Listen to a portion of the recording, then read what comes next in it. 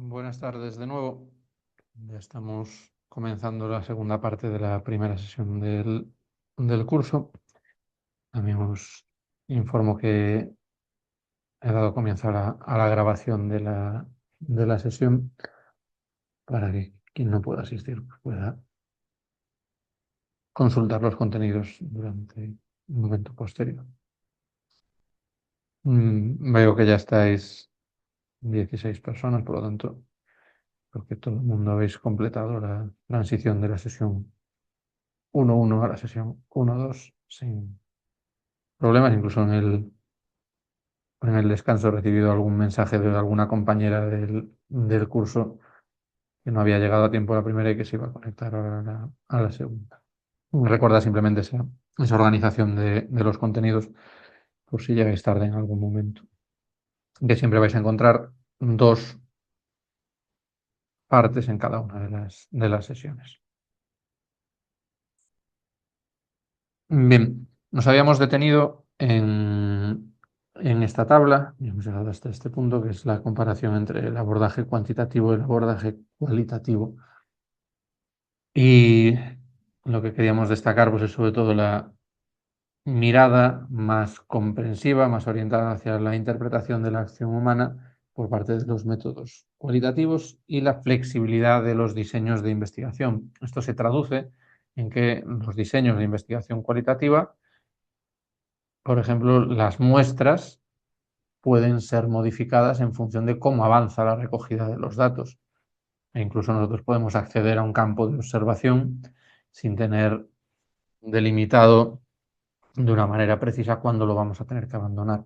Entonces, estas cuestiones, sumadas a que el análisis de los datos se hace durante la recogida de los datos, pues hace que la forma, la práctica del método sea diferente al abordaje cuantitativo. Entonces, bueno, pues tenemos que acostumbrarnos a estas cuestiones, son perfectamente compatibles. De hecho, cuando hablamos de diseños mixtos, de métodos mixtos, lo que se suele hacer es una combinación de métodos cuantitativos con métodos cualitativos, es decir, en diferentes fases del proyecto de investigación se acometen tareas, se intentan alcanzar objetivos de tipo cuantitativo y en otros momentos cualitativos, por lo tanto se crea una secuencia que, pues, por ejemplo, yo puedo plantearme hacer grupos de discusión para identificar diferentes sensibilidades sobre una cuestión dentro de un colectivo, por ejemplo, los estudiantes universitarios.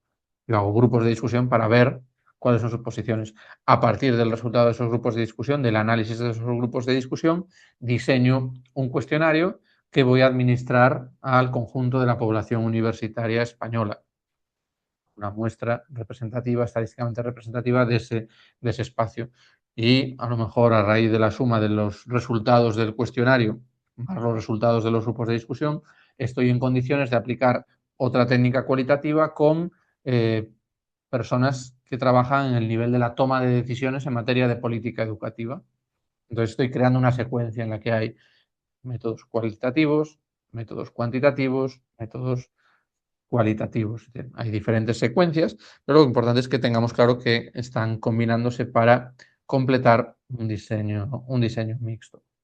En este curso, en esta actividad formativa, nos vamos a centrar sobre todo en la columna de la derecha, pero cuando veamos cómo funciona el programa Atlas TI, nos vamos a dar cuenta de que también nos ofrece algunas herramientas que son propias del abordaje cuantitativo. Recuentos de presencias de códigos,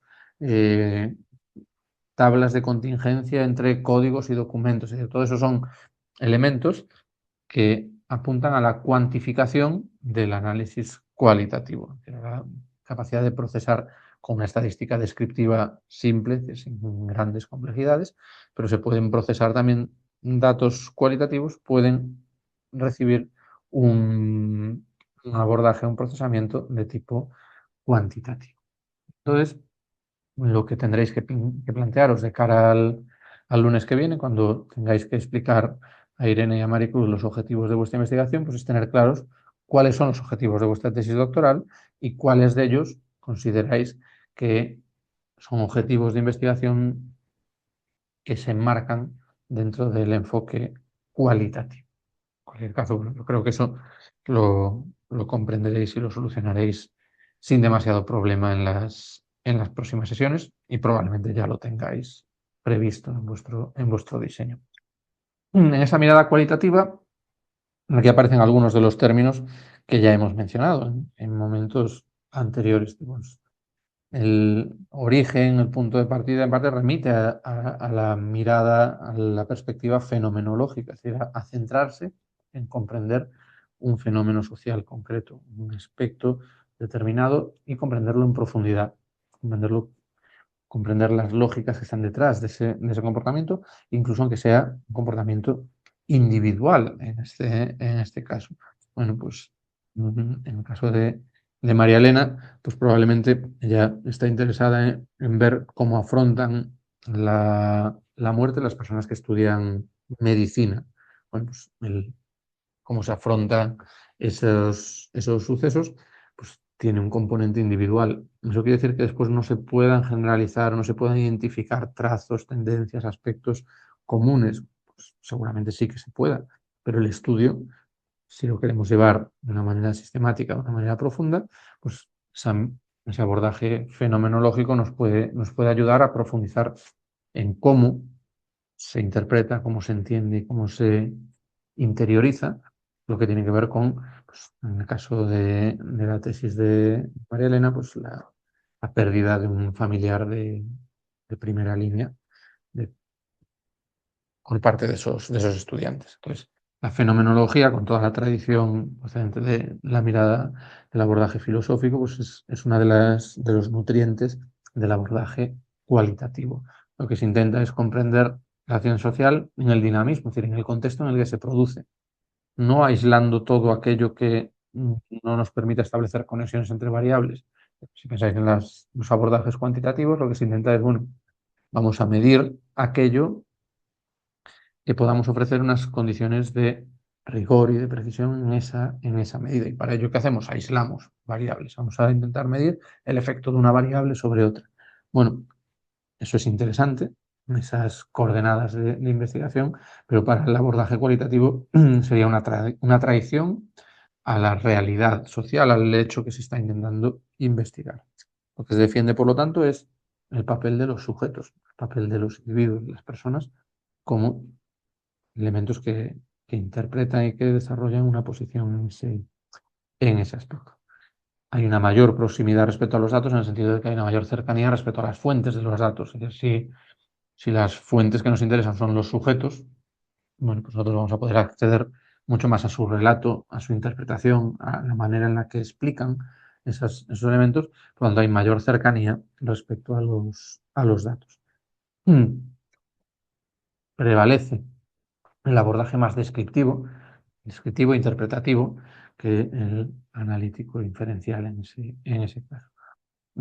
La ruta que siguen es más inductiva, es decir, es acumular evidencias para alcanzar conclusiones, pero centrándose en los casos particulares, centrándose en los puntos de observación, en los elementos que podemos observar.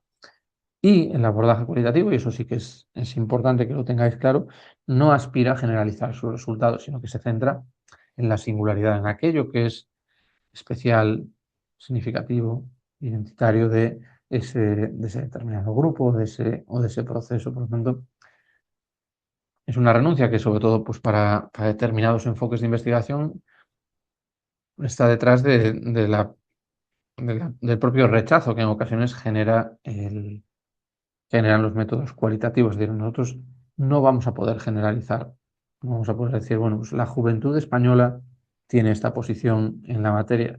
No, nosotros vamos a poder identificar diferentes posiciones, ver cuáles son sus discursos, identificar las líneas básicas de esos discursos y apoyarlo mucho en el propio relato de las personas que están siendo objeto de estudio. Pero el potencial de extrapolación de los resultados es significativamente inferior. El abordaje que tiene es holístico, es intentar cubrir la complejidad de la realidad que se está analizando. Entonces, no se trata simplemente de aislar variables, sino de intentar conectarlas todas ellas en un relato, en un sistema que sea armónico, que sea parsimonioso y que contribuya a explicar mejor el conjunto de los datos. En este sentido, bajo la etiqueta o bajo la bandera de lo cualitativo conviven muchas formas de hacer investigación.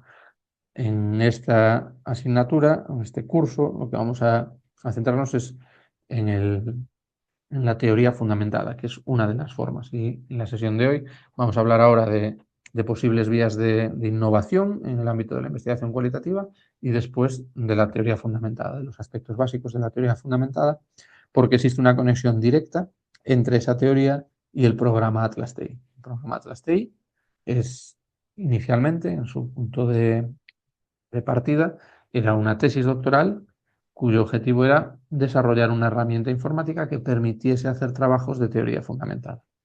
Entonces, eso era válido a finales de los años 80, principios de los 90, que es cuando, del siglo pasado, que es cuando Atlas TI se pone en marcha, pero ahora Atlas TI ofrece muchas más cuestiones que siguen siendo respetuosas con la teoría fundamentada, pero no es lo único que se ofrece. Por lo tanto, ahí vamos a ver que hay diferencias en ese enfoque, pero me interesa que lo conozcáis para que, sobre todo en la tercera sesión, cuando hablemos de Atlas TI, pues no os parezca algo totalmente ajeno. Vamos a intentar abordarlo en esta segunda parte de la sesión. O sea que si hay alguna duda, alguna pregunta, podéis abrir el micrófono e intervenir, o si no, introducir alguna pregunta a través del chat.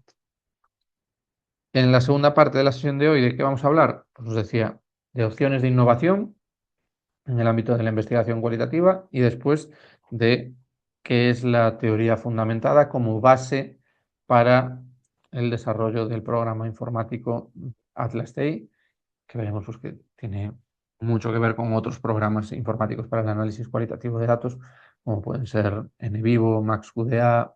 Tenemos diversas herramientas a nuestra disposición. En nuestro caso, en nuestro curso, en nuestra universidad, pues estamos apostando por trabajar con Atlas TI como solución para este tipo de proyecto. Entonces, bueno, el contexto de partida en el que nos movemos, y eso es algo que no es ajeno ni creo que sea sorprendente para las personas que estáis aquí, es el proceso de digitalización. Bueno, pues si estamos compartiendo este espacio a través de un campus virtual y todos nuestros equipos informáticos están conectados a ese campus virtual y estamos compartiendo un aula virtual en el que pues, estamos llevando a la práctica esta actividad formativa. Por lo tanto, la digitalización es un contexto real, actual y probablemente es el único contexto o el contexto dominante para cuanto más jóvenes son las generaciones, mayor dominio de experiencia tiene este ámbito. Por lo tanto, la digitalización es un elemento que es imprescindible para explicar la sociedad en la que vivimos. Y es tan imprescindible que se ha ido extendiendo, se ha ido permeando a diferentes ámbitos, desde nuestro día a día. Pensad en toda la presencia que tienen los dispositivos digitales y las infraestructuras digitales en nuestro día a día, teléfonos móviles, relojes inteligentes, a cuestiones más específicas que tienen que ver con la investigación. Bueno, pues la investigación, llevamos haciendo investigación siglos y siglos, pero en los últimos 40, 50 años, esa investigación ha ido virando hacia los espacios digitales, hacia los recursos digitales y la infraestructura informática que se ha ido desarrollando. Por lo tanto, en el momento actual sería iluso plantear un programa de doctorado en el que no se ofreciesen al estudiantado herramientas para navegar en esa digitalización.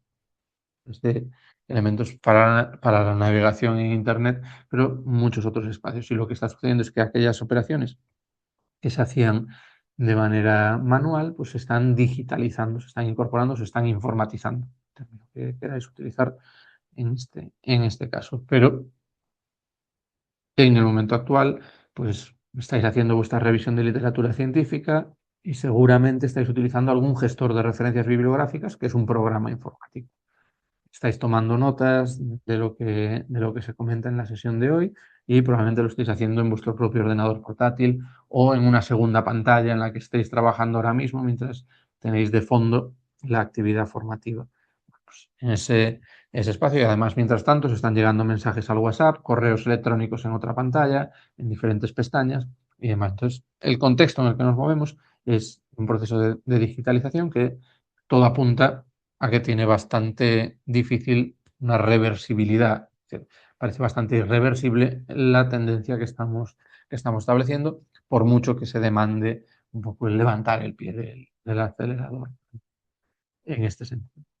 Entonces, vuestro equipo informático forma parte de vuestro día a día y vuestra investigación doctoral se va a desarrollar en ese contexto. Esto tiene algunas ventajas, pues que en muchas ocasiones esto permite una cierta trazabilidad de los procesos que establecemos.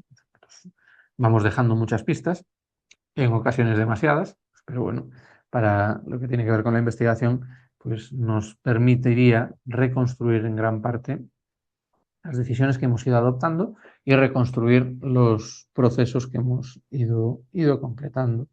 Entonces, este contexto es difícil de escapar. Aquí surgen, los años 80 y 90 del siglo pasado, herramientas informáticas que se ponen a vuestro alcance para facilitar la tarea de investigación. Lo que intentan es, de algún modo, ponerse al día respecto a el desarrollo de la investigación estadística. La investigación estadística, todo lo que tiene que ver con estadística, informática, computación, en los años, en el segundo tercio del siglo XX, los 30, 40, sobre todo el periodo de posguerra, años 40, 50, hay un desarrollo de la infraestructura informática que va muy ligado al lenguaje matemático, a la estadística y a la capacidad de computación. Entonces, los programas de análisis estadístico se desarrollan en los años 40, 50 y van adquiriendo una notable centralidad dentro de cómo funciona la sociedad. Es decir, pues los estudios de mercado, la medición de audiencias, diferentes elementos, cada vez tienen más peso. ¿Y se apoyan en qué? En aquellos ordenadores casi prehistóricos, en el sentido de sus dimensiones y de su capacidad de procesamiento de datos, pero comienzan a trabajar de ese años 50, 60, 70, vemos que la capacidad de procesamiento estadístico crece de manera constante. Mientras tanto, la investigación cualitativa se gestionaba con papel, bolígrafo, colores, tijeras, de una manera artesanal, manual, destrezas manuales en las que se trabajaba con los materiales que se iban recogiendo, con los datos que se podían recoger en ese punto. Entonces, ¿qué pasa en los años 80? Pues que esas personas que se dedicaban a hacer investigación cualitativa de una manera principalmente manual comienzan a desarrollar soluciones informáticas, comienzan a programar, comienzan a poner en el mercado soluciones informáticas para realizar análisis cualitativo. Entonces, bueno, pues, la lógica que está detrás es traducir las operaciones manuales en un código binario. Bueno, pues, más complejo, menos complejo está en la base. Había una necesidad de esa comunidad investigadora e intentaron darle respuesta informática a esa necesidad que se había detectado. Entonces, volveremos sobre esto en la sesión de dentro de 2 semanas, dentro de 14 días. En el Reino Unido, ya desde el año 94, se desarrollan observatorios específicos sobre lo que allí se vino a llamar CACDAS, el Computer Assisted Qualitative Data Analysis Software, a veces pero son las herramientas informáticas para el análisis cualitativo de datos. Y ahí pues veis alguno de esos orígenes. Retomando la presencia de Noemí y de Giuseppe, que son estudiantes del programa de doctorado en Derecho. La semana pasada Nigel Fielding, que es uno de los fundadores hace ya mucho tiempo de CACDAS, en un espacio, en una lista de discusión, informada de que su campo de estudio es la criminología y que lo que había apreciado en los últimos años pues es que cada vez más en los estudios criminológicos se está yendo un poquito más allá del análisis de la jurisprudencia para establecer una investigación de campo más cualitativa que profundice en esas cuestiones. Entonces, bueno, es para que veáis que aunque haya disciplinas, aunque haya ámbitos de conocimiento que están más próximos a estas herramientas, pues también podéis encontrar referentes y ejemplos en la mayor parte de las disciplinas. Entonces, allá por el año 89 se convocan conferencias científicas sobre estas cuestiones. Y en el año 94 se pone en marcha un observatorio específico sobre herramientas informáticas para el análisis cualitativo de datos, que es el CACDAS Networking Project. Esta referencia, si vais a hacer trabajo cualitativo con herramientas informáticas en vuestra tesis doctoral, conviene que la tengáis presente, que la incorporéis a vuestros marcadores y que, pues, incluso que si estáis trabajando en ello, que os suscribáis a la lista de correo que os ofrece como punto de apoyo. La podéis encontrar en esta dirección, confío que esté todavía operativa. Aquí podéis encontrar diferentes recursos que os pueden ayudar a trabajar. Aquí tenéis la información sobre el equipo y tenéis diferentes recursos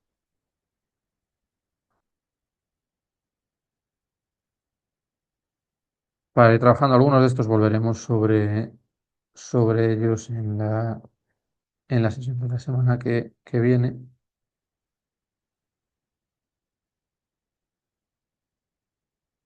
Ahora mismo aquí está.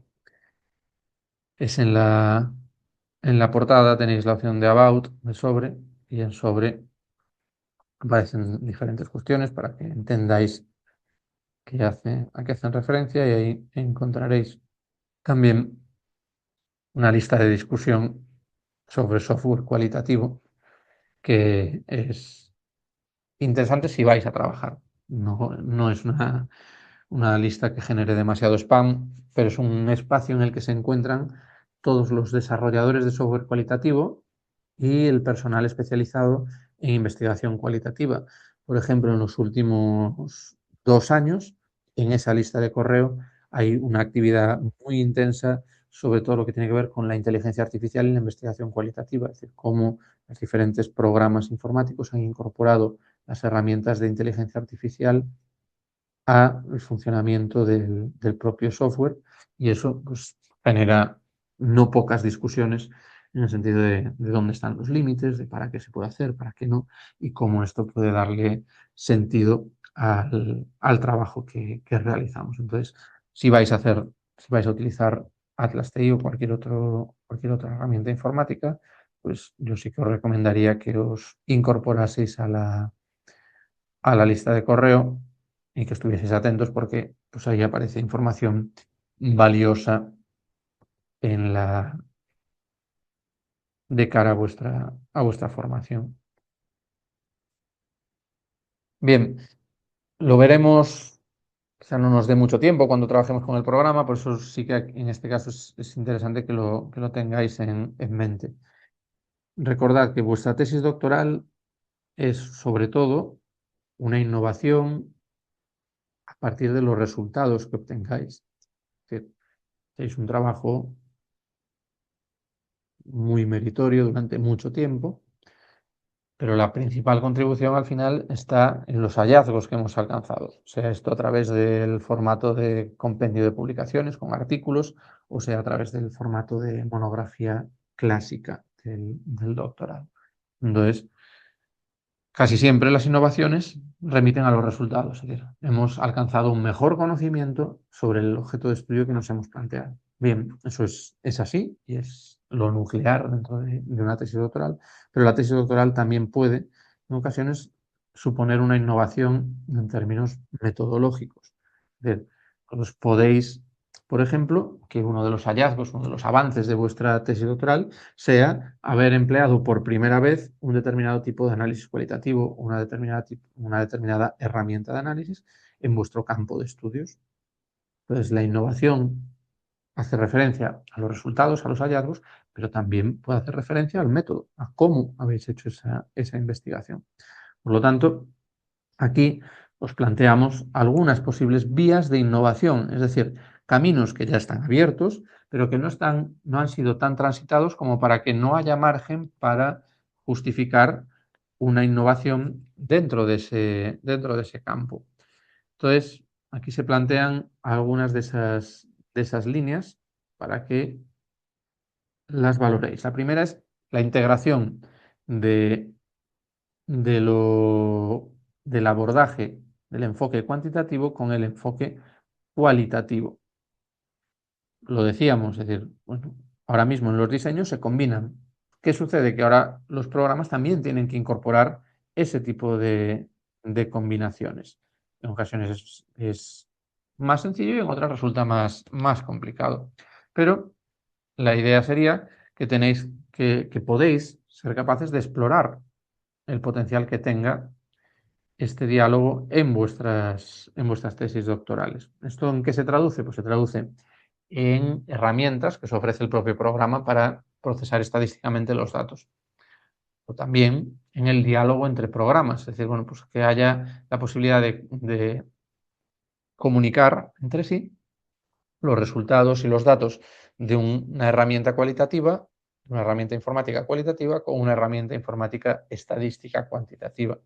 Entonces, para eso necesitamos pues, ser capaces de convertir un proyecto de Atlas TI en un archivo de sintaxis de SPSS o tener algún archivo de Excel que genere, que se convierta en un documento válido para la importación por parte de Atlas TI o de otro software cualitativo. Por lo tanto, ese diálogo tiene un componente que es técnico informático, en el sentido que tienen que desarrollar ese tipo de herramientas, pero también tiene una vertiente más académica que consiste en que de vuestro trabajo, de vuestra implicación, a lo mejor podéis generar eh, formas nuevas de analizar los datos o explorar el interés, la viabilidad de determinados enfoques. Entonces, esto nos invita o nos interpela a que exploremos esas conexiones.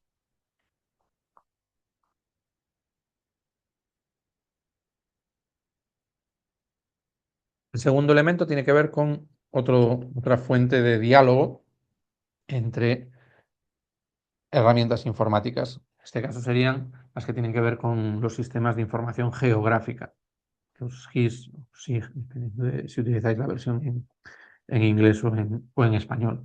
Es información geográfica, localización. Bueno, pues las herramientas para el análisis cualitativo de datos han desarrollado recursos para combinarlas con los sistemas de información geográfica. Esto nos permitiría, en ocasiones, geolocalizar nuestro análisis, es decir, decíamos antes que el conocimiento tiene que estar situado, tiene que estar localizado en unos determinados puntos para comprender mejor el significado y el sentido que tiene ese análisis. Por lo tanto, aquí nuevamente hay una oportunidad. Decíais que ibais, algunas de las compañeras, que ibais a hacer historias de vida. Una historia de vida es un relato que tiene una base geográfica. Esa persona os puede contar su vida y milagros, pero probablemente lo haga asociándolos a determinados lugares. Bueno, pues nosotros podemos establecer con este tipo de diálogo entre los diferentes programas, se puede conectar las declaraciones, el análisis que se hace de las entrevistas que forman parte de la historia de vida con las diferentes localizaciones, ubicaciones en las que se ha desplegado, en las que se ha construido ese relato. Entonces, hay un espacio de posible desarrollo con bastante margen de maniobra, que sería el ser capaces de incorporar una dimensión espacial a nuestro análisis. Es decir, bueno, pues vamos a situarnos en un determinado lugar y esto que estoy analizando realmente está motivado, está conectado con estas coordenadas. Entonces, desde el punto de vista operativo, simplemente es conectar unos elementos con otros, pero desde el punto de vista científico tiene bastante recorrido en este caso y podéis explorarlo, sobre todo pues, las personas que tengan algo más de formación en sistemas de información geográfica. La tercera línea de innovación puede afectar especialmente pues, tanto a Francisco Javier como a Javier, que son estudiantes del máster en comunicación, o también a quienes estáis en el ámbito de la estética, de la pintura, la imagen. Bueno, porque nuestro ecosistema académico ha privilegiado siempre a los textos, a los números, a las cifras y a las letras sobre las imágenes. Que si pensáis en la mayor parte de las tesis doctorales que podéis haber consultado, pues todas tienen un formato, una base predominantemente textual. Eso probablemente pues, tiene una justificación histórica, podemos explicarlo por diferentes motivos, pero lo que sucede desde la segunda mitad del siglo XX es que cada vez las imágenes tienen un mayor peso y un mayor potencial explicativo que el texto. La idea del homo videns, el hombre que ve, pues la defendió Giovanni Sartori hace ya bastante tiempo y tiene muchos otros seguidores en ese ámbito, pero lo que defienden es que el ser humano involuciona en tanto que se reduce el uso, el esfuerzo por desarrollar el análisis textual, la lectura, la comprensión lectora, y se empobrece porque el consumo es de imágenes, un consumo de tipo audiovisual. Esa es la crítica de Giovanni Sartori. Ese homo videns. Al mismo tiempo, nos encontramos una sociedad en la que cada vez hay más pantallas. Si hacemos una encuesta y respondéis con sinceridad ahora mismo, podríamos ver cuántas personas solamente tienen encendida la pantalla del ordenador o cuántas tenemos la pantalla del ordenador, una pantalla de televisión detrás, una segunda pantalla dentro de nuestro equipo informático, el teléfono móvil, un reloj. Es decir, bueno, pues hay diferentes elementos. Entonces, si una de las características de la sociedad actual es el peso que tienen las pantallas, el peso que tienen las imágenes. Y en ese sentido, pues bueno, también recordar que cuando emitimos también estamos siendo observados. Entonces, bueno, pues hay una parte positiva en el sentido de que haya contenidos en diferentes pantallas, pero además también puede tener un componente algo más inquietante, como sería el sentirnos vigilados, sentirnos bajo control desde el punto de vista audiovisual. Bueno, eso es difícilmente rebatible y por lo tanto el contexto en el que nos movemos, las imágenes requieren un trabajo algo más sistemático que el que se ha podido hacer hasta el momento. Y en ese sentido, lo que veremos pues, son las herramientas, los recursos que os proponen o que os proporcionan las herramientas para analizar la imagen. Tanto la imagen fotográfica, la imagen fija, como la imagen en movimiento, en audiovisual, en vídeo. Por lo tanto, ahí tenemos mucho que avanzar en este caso.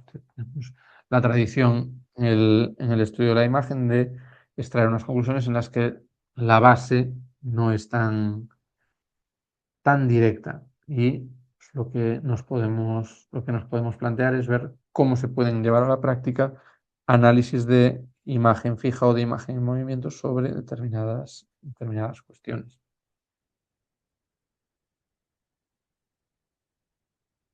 Posibles retos a los que nos enfrentamos. Bueno, pues por un lado, todo lo que tiene que ver con la propia renovación constante de Internet. Es decir, si las principales páginas web actualizan sus contenidos cada 6 horas, pues nuestra capacidad para investigarlo, para analizarlo, para recoger, para recopilar toda esa información, se verá necesariamente reducida en este caso. Entonces, También si miráis en vuestro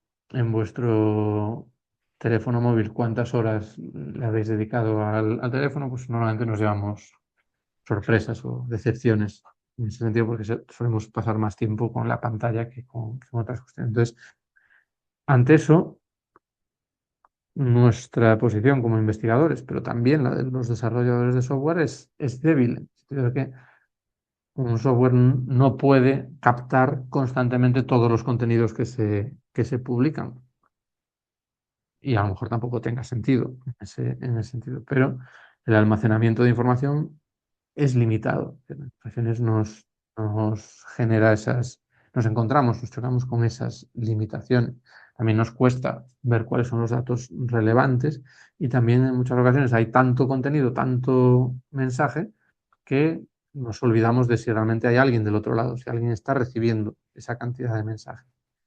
Entonces, en ese sentido, el estudio de Internet como un espacio de análisis todavía está en construcción. Ahora mismo podemos trabajar contenidos publicados en Internet en la medida en que los descarguemos y los preparemos para el análisis, pero no podríamos realizar ese análisis en tiempo real. Es decir, no podríamos estar analizando los contenidos según van apareciendo en una red social digital que nos pueda servir de referencia. Entonces, a partir de esas cuestiones son algunos de las dificultades operativas, de los retos que tenemos que enfrentamos en el medio y largo plazo. El trabajo en equipo, que bueno, yo creo que estos sí que se han dado muchos pasos en los últimos años para solucionarlo, y hoy en día, pues con Atlas TI, la posibilidad de trabajar en simultáneo y con sistemas de almacenamiento en nube de los proyectos ha mejorado de manera notable. Lo intentaremos explicar un poco mejor el lunes 18, pero la situación en la que nos encontrábamos era que las dimensiones de los equipos de investigación crecen constantemente, cada vez es más necesario tener un equipo de investigación que sea amplio y las herramientas informáticas tienen que dar respuesta a eso. Tradicionalmente Atlas TI daba algunos problemas, porque era necesario traspasar, importar y exportar los documentos. Ahora mismo ya se puede trabajar en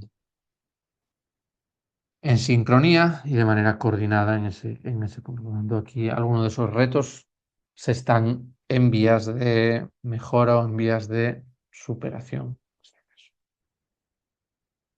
Y este sí que es un reto que ha crecido en los últimos tiempos y que se ha convertido casi en el tema central, en la preocupación principal a la hora de encarar el uso de los programas informáticos. En ese sentido, pues tenemos que la inteligencia artificial se ha ido incorporando y todos los programas informáticos han incorporado recursos en esta línea. El punto en el que nos encontramos, bueno, pues la inteligencia artificial todavía no es tan fiable como para apoyarse en ella de una manera directa. Tenemos herramientas, tenemos funciones dentro de la inteligencia artificial que nos resultan de utilidad, pero el factor humano todavía tiene que liderar ese proceso y lo que tenemos es que conocer las herramientas que están a nuestra disposición para saber para qué las vamos a utilizar. Ahí tenéis algunos términos de los que hablaremos más adelante, pero sí que tenéis que saber ahora mismo que todos los programas incorporan recursos y herramientas propias de la inteligencia artificial para las tareas de análisis y que en este momento esas herramientas no son plenamente satisfactorias. Pueden ser prometedoras, pero ahora mismo todavía no satisfacen las expectativas que en ellas que se tienen depositadas.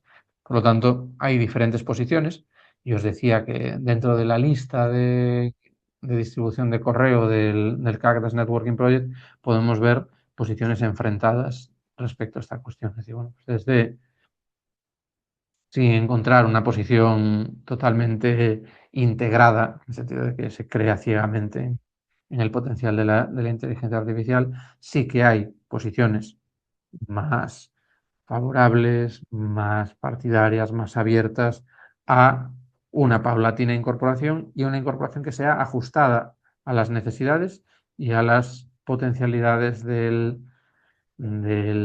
material y de los recursos que estamos empleando. Sería una posición. Y habría otra que es radicalmente crítica, que lo que dice es que bueno, lo que hay que hacer es reivindicar el factor humano como un elemento constitutivo, un elemento distintivo de la mirada cualitativa, que no se debe ceder terreno respecto a las herramientas de inteligencia artificial. Esta posición entre apocalípticos e integrados, seguro que la conocéis de muchas otras revoluciones o transformaciones tecnológicas. Está aquí presente en este momento y habrá que seguir con atención la evolución tanto del software, es decir, tanto de las herramientas informáticas, de los programas informáticos, como de su posible aplicación al análisis concreto de los materiales. Entonces, bueno, pues veremos hacia dónde camina esa cuestión. Lo que sí que tenemos que plantearnos es la necesidad de que si hacemos investigación en ciencias sociales, en ciencias humanas, tenemos la obligación de estar en contacto y de mostrar interés por las evoluciones y las transformaciones científicas en el ámbito de la computación, de la informática, diferentes elementos. Entonces, bueno, pues tenemos, en la medida en que sea posible, a lo mejor en este espacio podéis encontraros personas que tenéis formaciones diferentes y encontrar una manera de profundizar de una manera ordenada sobre esos diálogos entre ciencias sociales, humanidades y también con las ingenierías y las psiconaturales.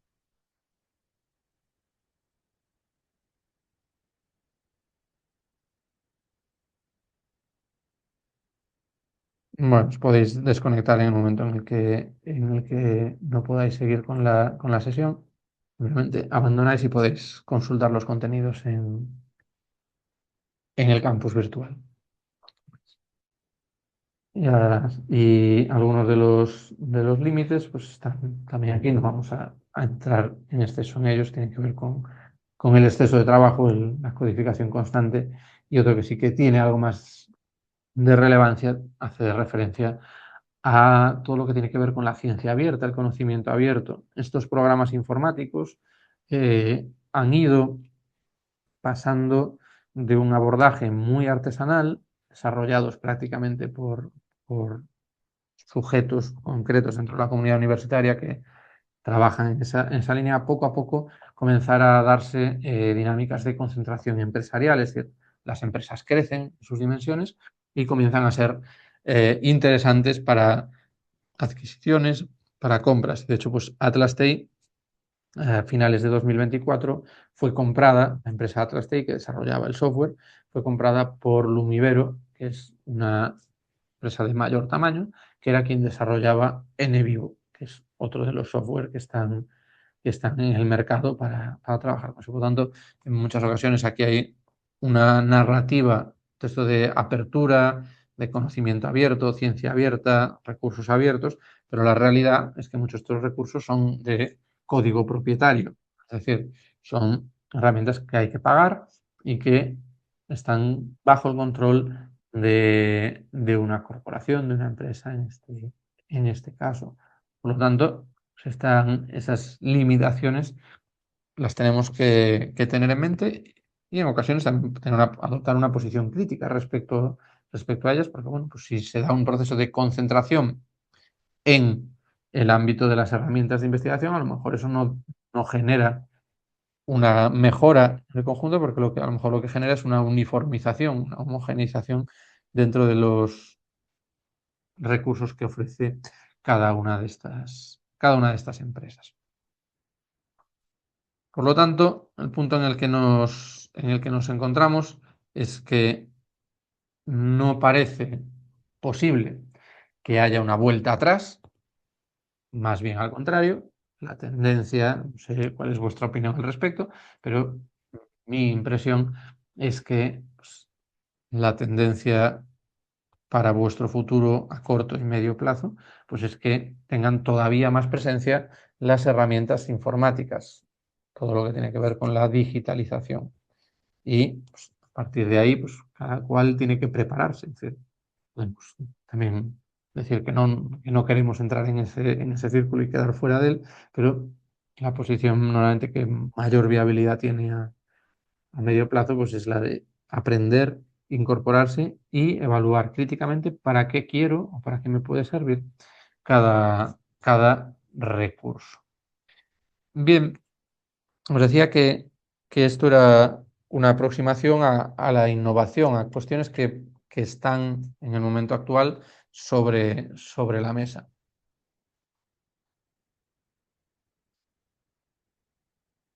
¿Creéis que alguna de estas innovaciones tiene sentido dentro de vuestra tesis doctoral? ¿Contemplabais hacer algún tipo de innovación metodológica en el esquema de vuestra tesis doctoral?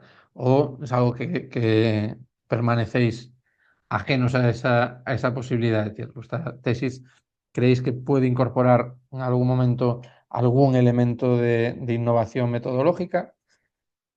¿O vais a manteneros en el formato más clásico y ordenado?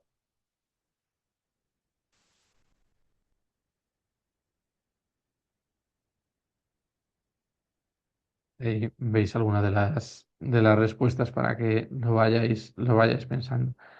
Recordad, en cualquier caso, que esa innovación a lo mejor es solamente propia de vuestra disciplina. Es decir, vosotros lo que podéis justificar es, bueno, pues esto se había hecho en investigación en ciencias sociales, pero nunca se había hecho en investigación en ciencias jurídicas. Entonces ahí a lo mejor encontráis una manera de justificar alguno de esos elementos innovadores.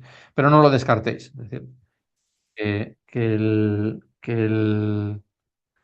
profesorado de métodos de investigación no somos el más querido por la comunidad de estudiantes. Se nos va queriendo más cuando se va pasando a máster, a doctorado, porque empezamos a ser un poco más importantes, pero bueno, que esa opción la tenéis ahí, que no penséis que no podéis hacer innovación en términos metodológicos. Sí que podéis hacerla y lo que hace falta es buscar la manera de que tenga sentido en ese aspecto.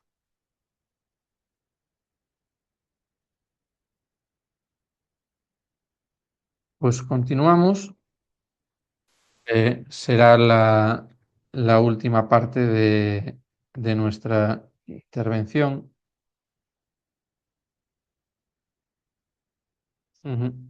Bueno, sí, veis, en Atlas TI, la mayor parte de herramientas informáticas ahora están incorporadas las diferentes funciones de inteligencia artificial. Todas ellas están en vías de desarrollo, pero bueno, sí que hay diferentes recursos que se pueden plantear y se pueden explorar. Pero antes de llegar a la inteligencia artificial, necesitamos explicaros cuáles son las bases de las que surge el programa Atlas TI. La base teórica remite a esta propuesta. La propuesta, el nombre que recibe es la Grounded Theory, la teoría fundamentada. Es una propuesta que surge de una publicación del año 1967, prácticamente hace 60 años ya. Los autores fundaron esa línea son Barney Glasser y Anselm Strauss. Aquí en esta cita que veis en pantalla está uno de ellos con Juliet Corbin, que es una persona que después trabajó bastante en esa misma línea. Pero bueno, Glasser y Strauss, Barney Glasser y Anselm Strauss, a finales de los años 60, lo que proponen es una metodología general a partir de algunas premisas básicas, y es que una teoría nunca será sólida si no se construye a partir datos. Es decir, no podemos formular una teoría si no es a partir del trabajo con los datos, si no es desde el trabajo con los datos. Entonces, lo que plantean es que generar una metodología, recordad lo que decíamos en la primera parte de la primera sesión, hace referencia a todo lo que tiene que ver con la recogida y el análisis de los datos. La pantalla está en negro, vamos a ver si está en negro. A ver si lo descubrí. Compartir pantalla.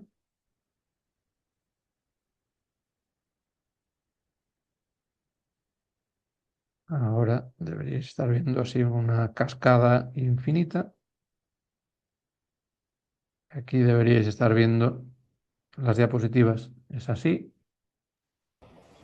A mí me sigue apareciendo la pantalla en negro. Pues no sé qué estoy haciendo mal. A ver si antes funcionaba. ¿Qué he hecho ahora raro? Voy a ver.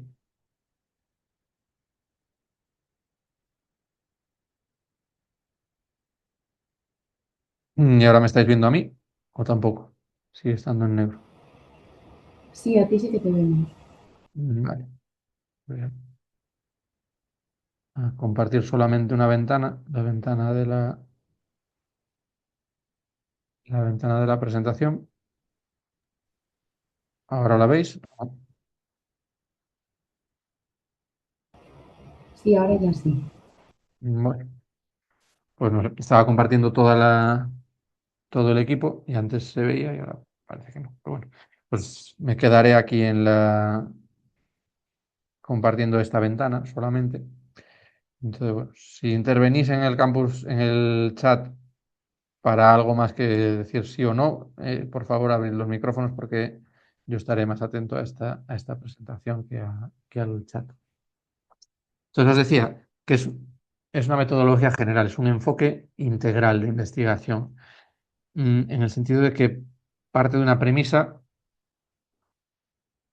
que es clave, que es que yo no puedo construir una teoría si esa teoría no surge desde los datos, desde los materiales que estoy analizando, desde pues, que empezar a pensar en vuestro propio proyecto de tesis doctoral. Entonces, bueno, vosotros habéis generado, tendréis que generar desde el punto en el que os encontréis, pero tendréis materiales. Es decir, pues, si yo he entrevistado a los estudiantes del grado en enfermería y tengo las transcripciones, pues esos son mis datos.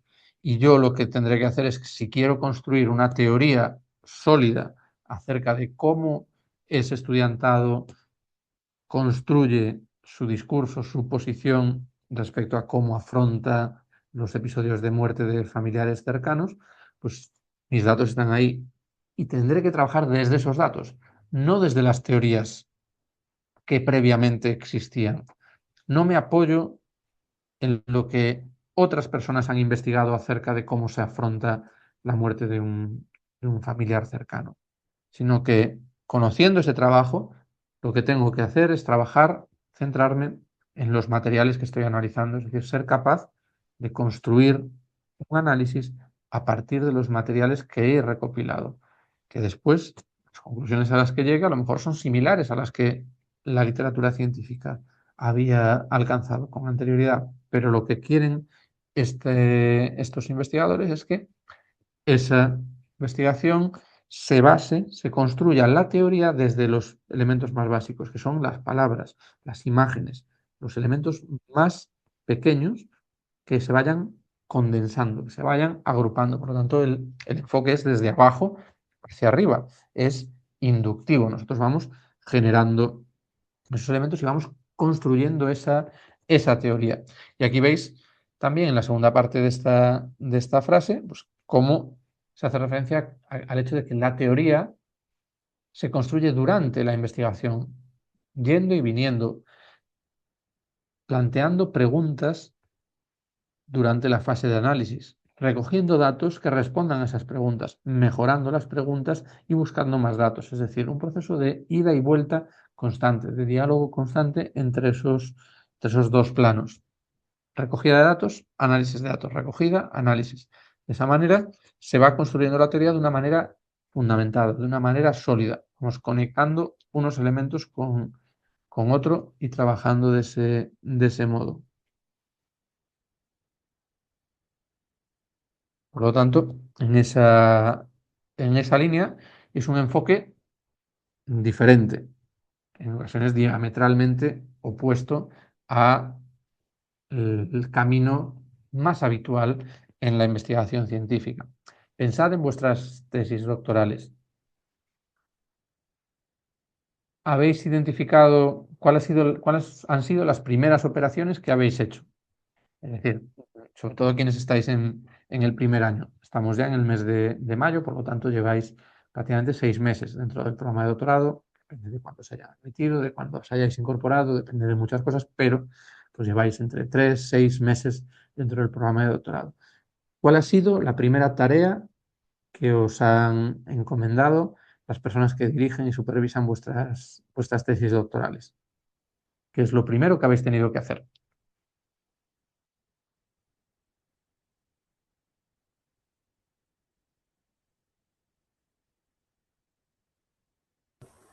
Bueno, pues como veo que nadie se lanza, en mi caso a mí me mandaron decidir qué objetivos, qué era lo que quería investigar, por qué es válido para hacer una tesis, mi trabajo. Y no sé si lo he dicho, pero bueno, es mi título, mi trabajo es sobre el legado de Hécate, la influencia y el simbolismo de la diosa griega brujería en el ballet clásico en el siglo XIX. Y sobre todo revisar los orígenes y la bibliografía existente en torno a Hécate. O sea, una revisión de literatura bastante densa. Ahí está la clave. También tenemos a Julexi que ha levantado la mano. Dinos. Sí, muy buenas tardes. A partir del análisis del proyecto de investigación que hicimos con mis dos tutores, ya definimos cuáles eran los 3 artículos que íbamos a realizar, el objetivo de cada uno de ellos y la metodología. Y en el caso del primero, que es lo que ya estamos haciendo, se está haciendo una búsqueda bibliográfica acerca de las variables o constructos que están en función de la investigación. En este caso lo vamos a hacer en Ryan. Y luego de esto vamos a hacer todo el análisis y diseñar los instrumentos. Una vez que estén diseñados los instrumentos, vamos a validarlo y después aplicarlo. Ese sería el primer artículo. El segundo está relacionado con los resultados de la aplicación. Y el tercero está relacionado con la propuesta del modelo ya validada por Delphi también. Bueno, lo que veis también Noemí ha intervenido en el chat.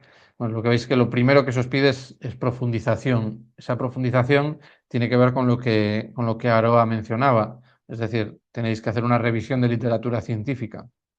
¿Para qué hacéis, en el caso de Julexi, esa revisión de literatura científica? En parte, pues puede formar parte del primer artículo del compendio de publicaciones. Pero esa revisión de literatura científica, ¿para qué la hacemos? Bueno, la hacemos, grosso modo, la hacemos para saber qué se sabe acerca del tema de investigación que hemos elegido. Y además, lo que hacemos en ese tipo de prácticas, de operaciones, es identificar diferentes posiciones, identificar teorías, hipótesis que existan sobre el tema que nos interesa, sobre el tema que hemos elegido. Lo que tenemos que entender es que aquí hay como un camino que se separa, una vía divergente. La mayor parte de vuestros proyectos de tesis doctoral partirán de esa revisión de literatura científica. ¿Para qué? Para plantearse las preguntas de investigación, para formular nuevos objetivos, nuevas hipótesis de investigación. Pero en cierto modo, esa propuesta va a ser heredera de lo que habéis buscado con anterioridad.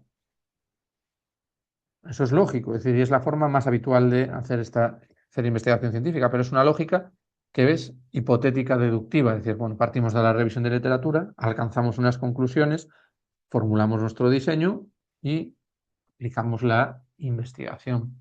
Bueno, en ese sentido, lo que diría la teoría fundamentada es que si tú sigues ese camino, lo más probable es que reproduzcas los procedimientos y después los resultados.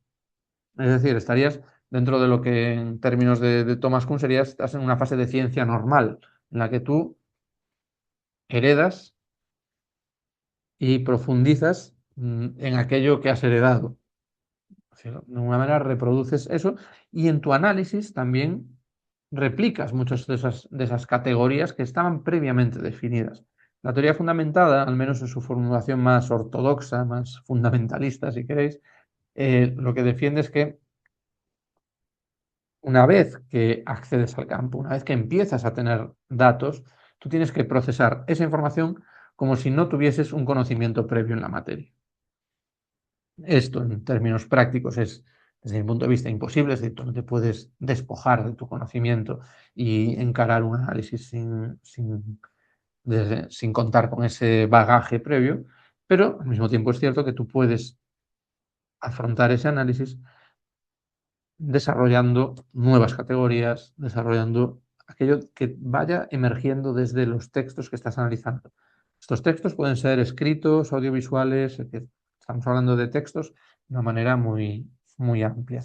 Entonces, lo que tenemos que tener en cuenta en este caso es que nosotros construiremos teoría desde los datos.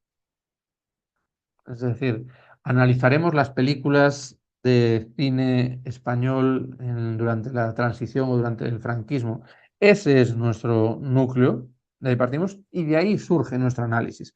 No entramos al análisis con unas categorías predeterminadas y vamos a buscarlas, sino que vemos las películas, analizamos los posts que se hacen en TikTok, elegimos aquellos materiales y de ahí vamos construyendo nuestro esquema de códigos y de categorías en ese proceso. Por lo tanto, esta ida y vuelta es imprescindible que la tengáis clara si vais a hacer investigación cualitativa y si vais a utilizar Atlas TI, porque de lo contrario, cuando os enfrentéis a ella, os puede generar inquietud, incomodidad, porque pues, es la propia esencia de la investigación con teoría fundamentada y con muchos otros abordajes de investigación cualitativa. Es la ida y vuelta, la reflexión, la capacidad de análisis en ese proceso. Por lo tanto, es una aproximación inductiva que va desde los datos hacia la teoría y no desde la teoría hacia los datos. Y eso, bueno, pues eso lo tenéis que interiorizar partiendo de una premisa que os tiene que dar meridianamente clara, que es que con Atlas TI puedes hacer teoría fundamentada, pero puedes hacer cualquier otro tipo de análisis cualitativo. Entonces, no penséis que porque os esté explicando aquí esto de teoría fundamentada, todos vuestros proyectos, si utilizáis Atlas TI, vayan a replicar, vayan a seguir este mismo itinerario. Entonces, tenemos estos puntos de partida o una serie de principios o de características. Es un abordaje que potencia mucho vuestra creatividad, es decir, os da mucha libertad analítica. Sois los gestores del proyecto de investigación. Al mismo tiempo, si tenemos un gran poder, conlleva una gran responsabilidad. Entonces, pues, si tenemos mucha creatividad, tenemos mucha libertad, mucha manga ancha para trabajar, también tenemos el riesgo de equivocarnos o de gestionar incorrectamente esa competencia, esa capacidad, esa creatividad. Entonces, veréis que tanto la teoría fundamentada como las herramientas informáticas están siempre en una permanente búsqueda de equilibrio entre la creatividad, el riesgo y la necesidad de sistematizar la información, de sistematizar los pasos que se van dando. Se exige una coherencia al equipo investigador durante todo el proceso. Una de las críticas que tradicionalmente se le lanza a la investigación cualitativa es el importante peso que tiene el sujeto investigador. Es decir, que son técnicas para el análisis de datos que le dan mucho poder a quien está realizando el análisis. Y eso puede dar lugar también a sesgos y a desvíos, y a problemas en ese campo. Entonces, ¿qué tiene que hacer la teoría fundamentada y las herramientas informáticas? Darnos recursos para sistematizar todo lo que sea posible en nuestro análisis y que quede constancia de las decisiones que vamos tomando, tanto pensando en una evaluación exterior, es decir, que alguien venga a ver cómo hemos hecho el trabajo y comprenda las decisiones que han adoptado, como en el plano interior con nuestra propia función analítica, en el sentido de que a lo mejor he decidido algo en el mes de mayo, a principios de mayo, y a finales del mes de junio se me ha olvidado. Es decir, porque he ido haciendo otras tareas y he dejado alguna otra y no he sido lo suficientemente sistemático como para anotar y para dejar constancia de aquello que he decidido. La validez en la teoría fundamentada y en la mayor parte de los abordajes cualitativos viene dada por conceptos como la muestra teórica o la saturación discursiva, también por el muestreo, por el método comparativo constante, que hablaremos a continuación. Pero la validez viene dada por conceptos como la muestra teórica. Es decir, nosotros tenemos que ser capaces, antes de comenzar el proceso de recogida de datos, de anticipar cuáles son los grupos que nos interesan, qué perfiles deseamos pulsar, deseamos identificar, para ver cuáles son las diferencias que existen entre ellos. Esa muestra teórica es un punto de partida. Nosotros decimos, bueno, creemos que realizando 6 grupos de discusión con 8 personas en cada uno de los grupos, más 10, 12 entrevistas, se cubren los diferentes perfiles que tenemos en la muestra teórica. Por un lado, pues habrá hombres con nivel de ingresos alto y profesiones de tipo altamente cualificadas. Por otro lado, tendremos otro grupo que tendrá unas condiciones diferentes. Por otro lado, otros que tendrán condiciones también diferentes. Porque la idea es, antes de comenzar a recoger datos, tener una previsión de qué es lo que vamos a hacer. Esa previsión puede ser objeto de cambios, puede ser objeto de ajustes durante la propia recogida de datos. Entonces, todo eso, siempre que se introduzcan cambios, es necesario informar de ellos y sobre todo tenemos que recordar que esos cambios se han establecido. La muestra hace referencia al antes y en parte al durante, pero sobre todo al antes, a diseñar cuál es la parte de la población a la que vamos a realizar esas consultas. La muestra antes y la saturación después. La muestra al principio, la saturación al final. ¿Qué es la saturación en la investigación cualitativa? Es aquel momento en el que incorporar una unidad de análisis más no genera ningún cambio significativo. Es decir, si estoy estudiando a personal que trabaja en el hogar y que no tiene permiso de residencia, y creo que hay una serie de grupos dentro de ese colectivo, bueno, pues lo que yo tengo que plantearme es que cada uno de los grupos me devuelva información suficiente para identificar sus elementos claves y también para estar seguro de que incorporar a más elementos, más sujetos a ese grupo no iba a suponer ningún cambio sustancial en lo que estábamos concluyendo.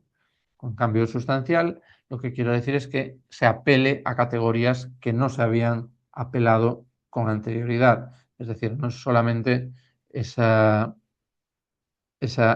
idea de que cada cual va a hablar diferente, y eso es evidente, cada persona que entrevistemos nos va a contar historias diferentes, pero esas historias diferentes apelan o remiten a unos códigos y unas categorías que son ya abstracciones, que son las mismas.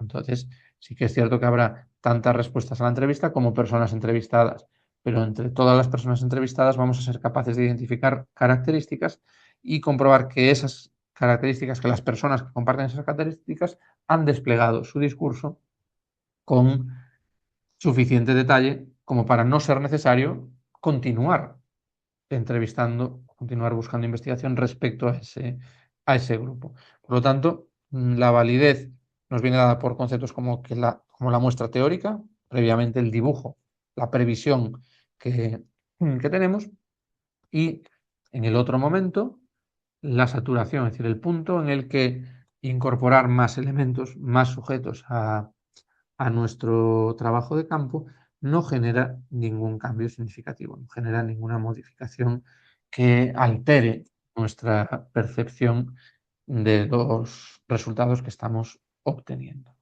Y por supuesto, hay una naturaleza circular en todo momento, es decir, todas las fases tienen que tener idas y vueltas. Aquí se ven las fases en las que se suele organizar un proceso de análisis con teoría fundamentada. La primera, que acabamos de mencionar, es la muestra teórica, es ver cuál es el punto de partida. Habrá una segunda fase, tiene que ver con el acceso al campo. Pues decíais que varias personas quieren investigar a menores de edad.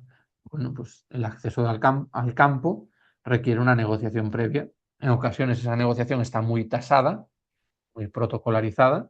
Si yo quiero investigar a personas que están en centros penitenciarios, personas que están en centros de menores, o personas que están, niños y niñas que están en colegios, bueno, en cualquiera de ellos vais a tener que negociar el acceso. No os van a decir, bueno, adelante, las puertas abiertas. No, vais a tener que establecer una serie de condiciones con las personas que nos van a proporcionar esa información. Entonces, eso hay que negociarlo y con las personas que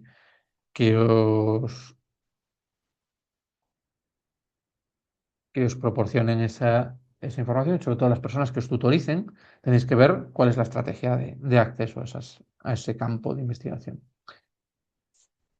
Una vez que empezamos a tener datos, empezamos a generar información, vamos avanzando, primero ordenando la información, un primer nivel de análisis, y después las principales tareas tienen que ver con la codificación. La teoría fundamentada habla de 3 tipos de codificación que van en una secuencia cronológica.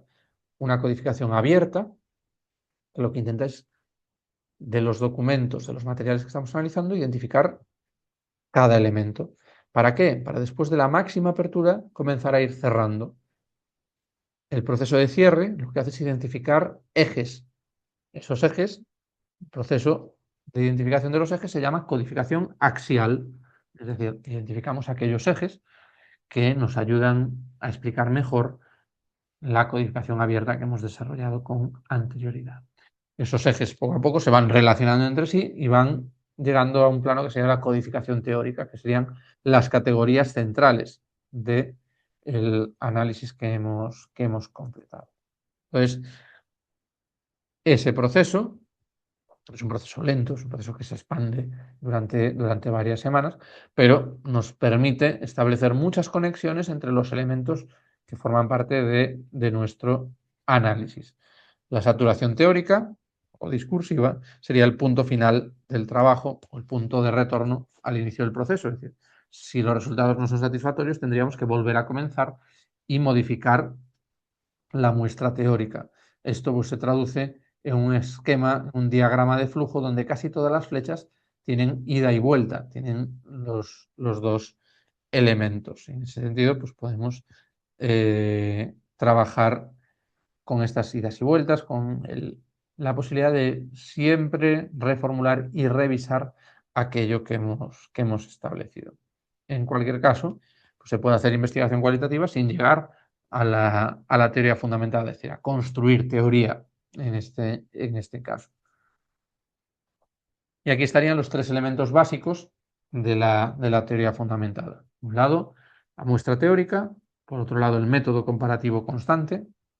Los conceptos nacen, crecen y en ocasiones se extinguen también durante el desarrollo, durante el trabajo de campo de análisis. Eso está la lógica del análisis cualitativo y la saturación teórica, el punto en el que incorporar una nueva entrevista o hacer un grupo de discusión más no nos devuelve una información especialmente útil para nuestros propósitos, es decir, no nos genera nada nuevo o se apela constantemente a las categorías previamente descubiertas previamente establecidas. Por lo tanto, este enfoque, ya os decía que no es dominante dentro de las ciencias sociales ni de las humanidades. Es cierto que en antropología, etnografía sí que podéis encontrar algo más, y que después podéis encontrar sobre todo en entornos de observación micro. En ciencias de la salud, en entornos micro, podéis encontrar trabajos sobre teoría fundamentada. En medios de comunicación, en sociología, ciencia política, podéis encontrar alguna de estas cuestiones. Lo que os interesa es ver que este recurso está conectado de una manera directa, de una manera evidente, con el programa Atlas TI. A pesar de que Atlas TI pues, ha cortado algunos de esos vínculos o ha incorporado operaciones que van más allá de lo que planteaba la teoría fundamentada. Entonces, nos queda unos 10-15 minutos para terminar la sesión de hoy. ¿Habéis trabajado, conocíais de algo la teoría fundamentada o es la primera vez que escucháis hablar de este término? En la mayor parte de grados y de másteres no se aborda esta cuestión. No es habitual, no es una corriente, a no ser que sean pues, programas de doctorado en antropología, en etnografía, quizá en sociología con una mirada cualitativa. Lo más habitual es que no aparezca. Si estáis interesadas o interesados en el campus virtual, tenéis recursos sobre teoría fundamentada. Más en la sesión 3, tengo que corregirlo porque lo que aparece ahora como sesión 2 en realidad será la 3, pero eso lo ajustaré. Pero sí que podéis encontrar materiales sobre teoría fundamentada, incluso, no sé si está en este, quizá lo pueda subir. Tenéis algún manual sobre teoría fundamentada. Una recomendación, si tenéis tiempo y ganas, serían los cuadernos metodológicos del Centro de Investigaciones Sociológicas, que es una colección específica del CIS, en el que hay manuales de muchísimas técnicas de investigación para la recogida y para el análisis de datos. Por lo tanto, ahí podéis encontrar algún material complementario y un par de libros que abordan la teoría fundamentada, uno desde un plano de vista más teórico y otro desde un caso aplicado utilizando Atlas TI en una versión ya antigua, pero bueno, que os puede servir en este caso. Pues os decía que lo que nos queda de sesión vamos a ver brevemente para qué nos sirven las herramientas informáticas para el análisis cualitativo de datos y también, bueno, en lugar de daros la información por aquí, lo que haré será facilitaros los datos para que os descarguéis el programa Atlas TI y para que en la tercera sesión del curso, que se celebrará el 18 de mayo, pues podamos trabajar a partir del propio programa. Es quizá excesivamente optimista pensar que vamos en 4 horas abordar todo el programa, pero sí que nos vamos a quedar en aquello que es imprescindible, que sería el nivel textual y el nivel conceptual, que entendáis cuál es el lenguaje básico del programa y que veáis cómo eso conecta con la teoría fundamentada. El término CACDAS hace referencia a ese elemento de la gente del CACDAS Networking Project. Lo que hacen es poner en mayúscula la última S de análisis para que salga lo de CACDAS, pero quiere decir pues, la capacidad de completar análisis cualitativo de datos mediante equipos informáticos. Estas herramientas se diseñan, se conciben desde la propia investigación cualitativa. Entonces, intentan ofrecer soluciones, ofrecer recursos para estudios de esa misma naturaleza. En este caso, pues las operaciones que planteáis,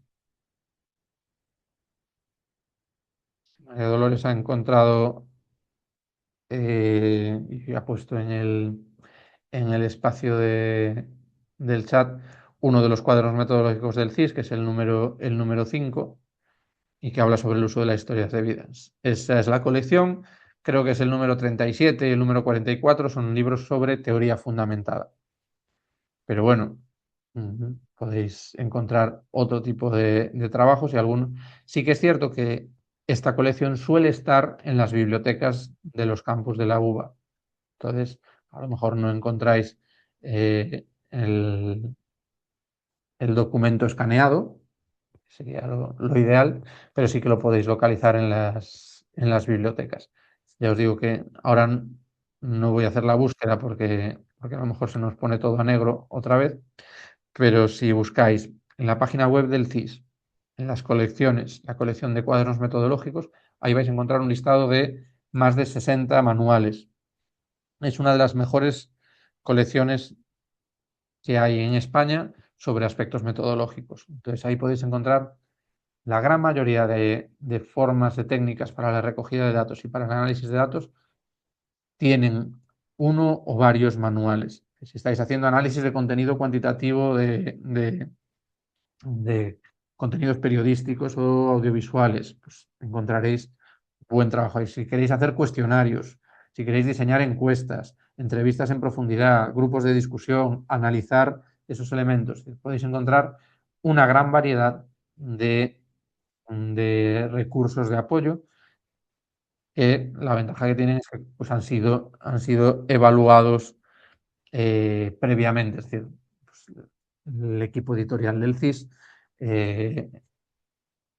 evalúa esos manuscritos y toma decisiones sobre ellos. Ahí veis que Javier ha encontrado el libro de la teoría fundamentada de la Grande Theory, y en este caso el número 37, que si no recuerdo mal es el que analiza,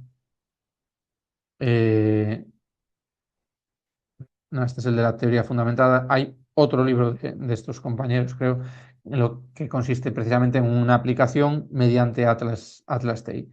Pero ya os digo que este documento es perfectamente válido. Si lo tenéis en el chat, lo podéis descargar y lo podéis guardar porque son libros bastante buenos.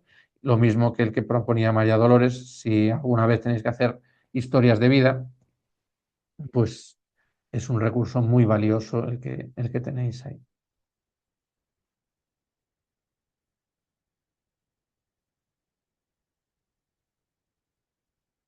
Bien, tenemos que hacer una advertencia, y eso lo tenemos que repetir constantemente en este tipo de cursos, que vuestra tesis no va a ser mejor, no va a ser necesariamente mejor ni peor por el hecho de que utilicéis una herramienta informática. Entonces, veréis que de lo que intentamos convenceros aquí es que es muy recomendable que sepáis utilizarla, pero que sepáis utilizarla dentro de un contexto lógico, donde darle o conferirle el protagonismo, el rol ajustado a ese recurso. Es decir, que no tenéis que ir diciendo por delante que habéis utilizado una herramienta informática para el análisis cualitativo de datos, sino que habéis hecho un análisis cualitativo de datos con estos objetivos, con estos pasos, y que el análisis de los datos lo hemos realizado mediante la herramienta XXX en su versión 25, lo que consideréis. Por lo tanto, bueno, veréis que no es especialmente complicado utilizar el programa y que pues, cualquiera de las personas que estáis aquí vais a comprender su lógica, y unas cuantas de las personas que estáis aquí pues lo aplicaréis y lo utilizaréis de una manera más sistematizada, de una manera más ordenada. Por lo tanto, son herramientas que son necesarias, pero que no son suficientes. Es decir, nosotros no decimos he hecho esta investigación con SPSS, sino que he alcanzado unas conclusiones y para alcanzar esas conclusiones me he apoyado en el SPSS. Es decir, informar, pero no alardear o no considerar que por el hecho de haber utilizado esas herramientas nuestro trabajo tiene más o menos rigor que otros que se han realizado de manera manual, de manera artesanal. Por lo tanto, pues, evitemos la adoración intelectual de esos recursos.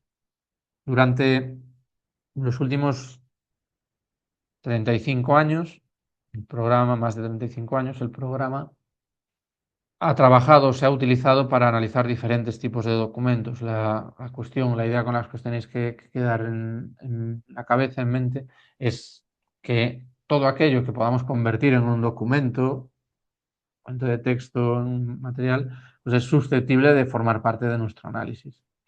Lo que ha sucedido pues, es que cada vez en los últimos 15 años se ha ido ensanchando la lista de elementos que se pueden utilizar. Es decir, el programa ha ido mejorando, ha ido incorporando nuevos datos, nuevos archivos, nuevas formas de trabajar, y eso ha multiplicado la capacidad de qué materiales puede utilizar el programa.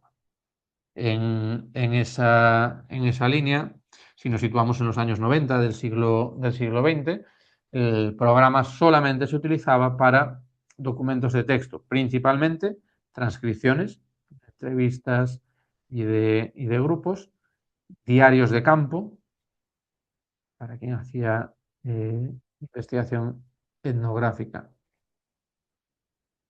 A partir de ahí, pues veis que hay elementos que ya no son datos primarios que hayamos generado en nuestra investigación, pero pueden ser sumarios, preguntas abiertas, los discursos de los partidos políticos, los discursos de los medios de comunicación, los propios artículos científicos, las actas parlamentarias, las sentencias judiciales.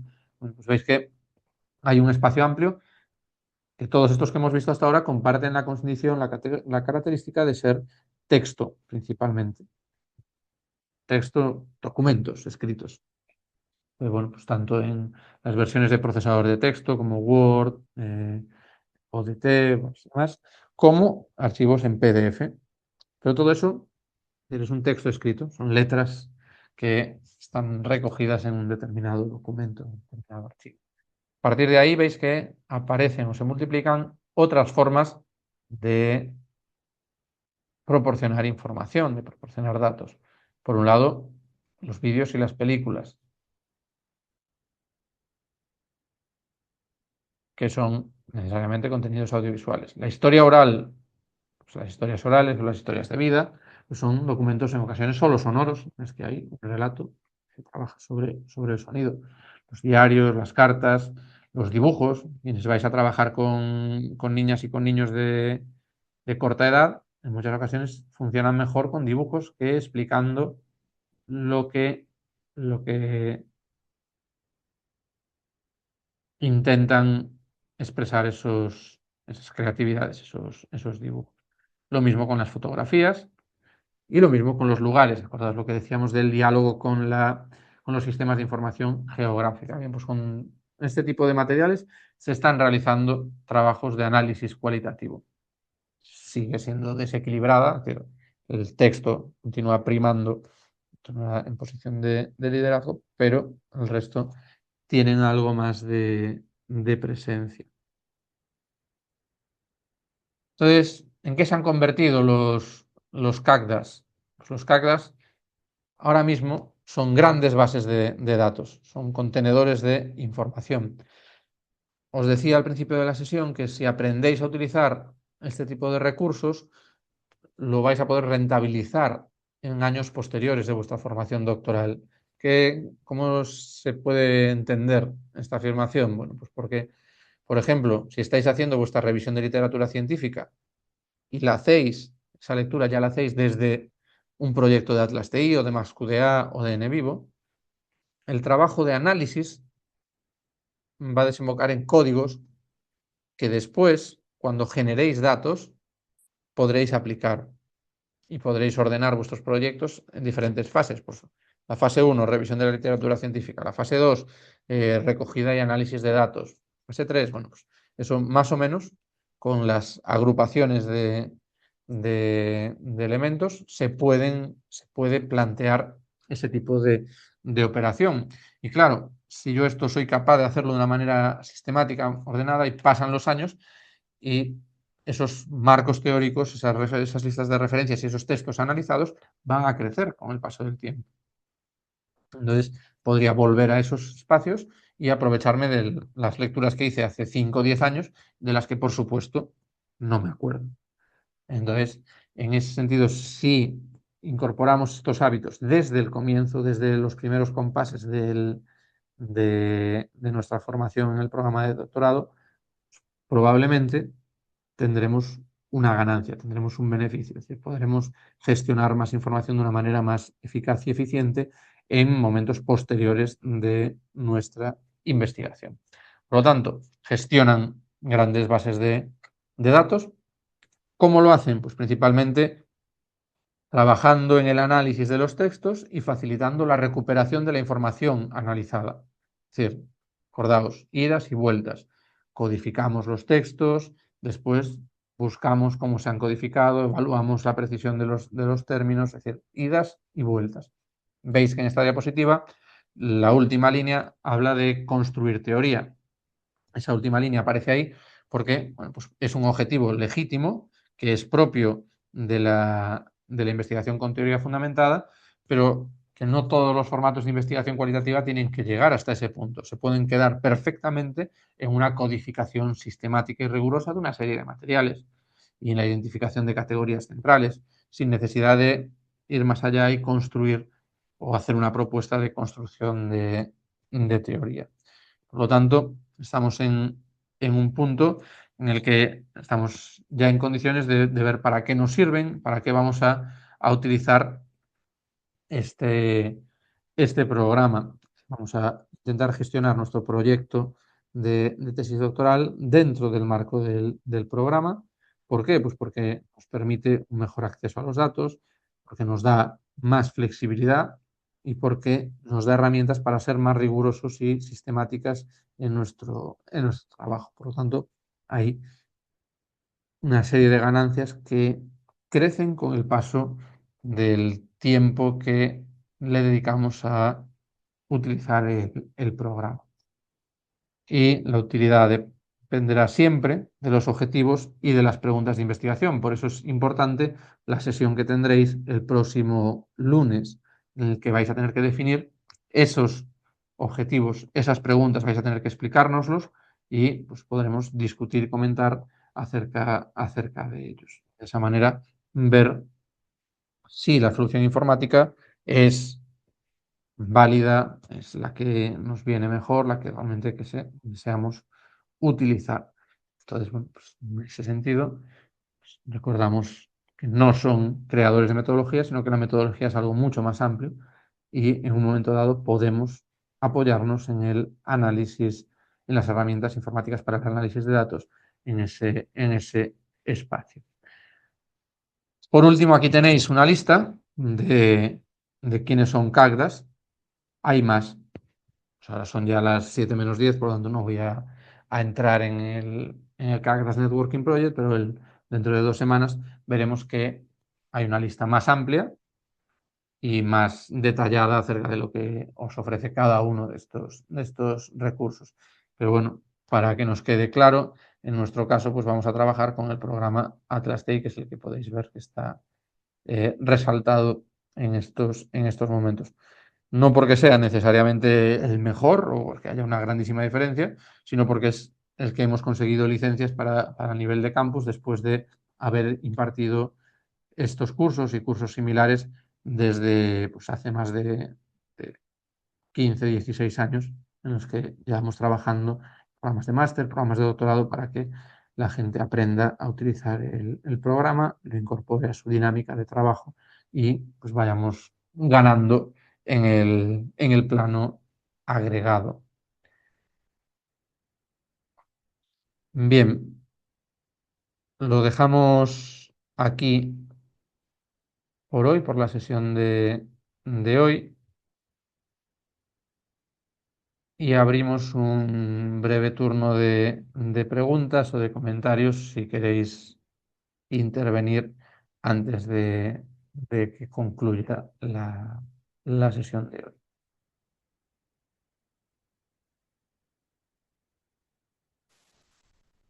Dime, María Dolores.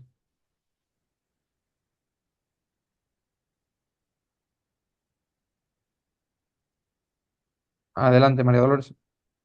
Habéis levantado la mano.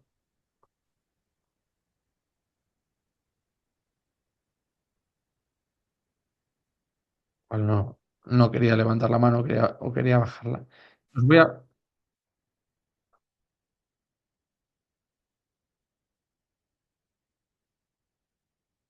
Os voy a compartir en el chat las instrucciones para que os descarguéis el programa. Os las enviaré también la semana que viene por correo electrónico para que no las perdáis en este caso para refrescarlo, pero bueno, os las pongo ahora mismo en el chat por si queréis ir haciéndolo ya. Son las instrucciones para descargar el programa. No se te escucha, María Dolores, pero si quieres escribir, te leemos por aquí. Ahí en las instrucciones que acabo de pegar en el chat son bastante sencillas. Lo que tenéis que hacer es crear un perfil, y aquí sí que es importante, con vuestra dirección de correo de la UBA. Es decir, tiene que ser una extensión de correo de la uva.es, porque para usar las licencias del programa tiene que estar ese tipo de usuarios. Tenéis que generar un perfil de usuario con esa cuenta de correo en my.atlasti.com. Una vez que está generada esa identidad, solamente tenéis que acceder al enlace que aparece ahí, y desde ahí podéis descargarlo. Lo que hace el programa es descargarlo en todos los equipos que queráis. Podéis descargarlo en el equipo de vuestro despacho, en la universidad, de vuestra casa, en una tableta. Podéis descargarlo donde consideréis oportuno. Y sí, Yanire preguntaba por eso y no hay ningún problema. ¿Por qué? Pues porque la cuenta está asociada a vuestra dirección de correo electrónico. Entonces, para abrirlo en cualquier equipo, vais a tener que activar vuestra cuenta de correo electrónico y entrar en MyAtlasDay, y ahí encontraréis todos vuestros proyectos. Por lo tanto, por ahí no debería haber problema. En cualquier caso, tenéis 2 semanas para actualizar, para descargar el programa y comprobar que funciona, porque lo que haremos en la sesión de dentro de 2 semanas será trabajar con ese recurso. La última petición es que para esa sesión traigáis al menos 2 documentos propios, 2 archivos que tengan sentido para vuestra tesis doctoral. Si ya tenéis datos propios que hayáis generado, pues estupendo. Si no, pues podéis buscar un par de artículos de investigación que hablen sobre el tema que habéis elegido, o algo que tenga sentido para vuestra tesis doctoral. Es decir, por lo tanto, tenéis que descargar el programa, instalarlo y que elegir y tener un par de documentos a partir de los cuales vais a trabajar. Pues por mi parte, nada más. Son las 7 menos 4 minutos aquí en España. Por lo tanto, voy a detenerla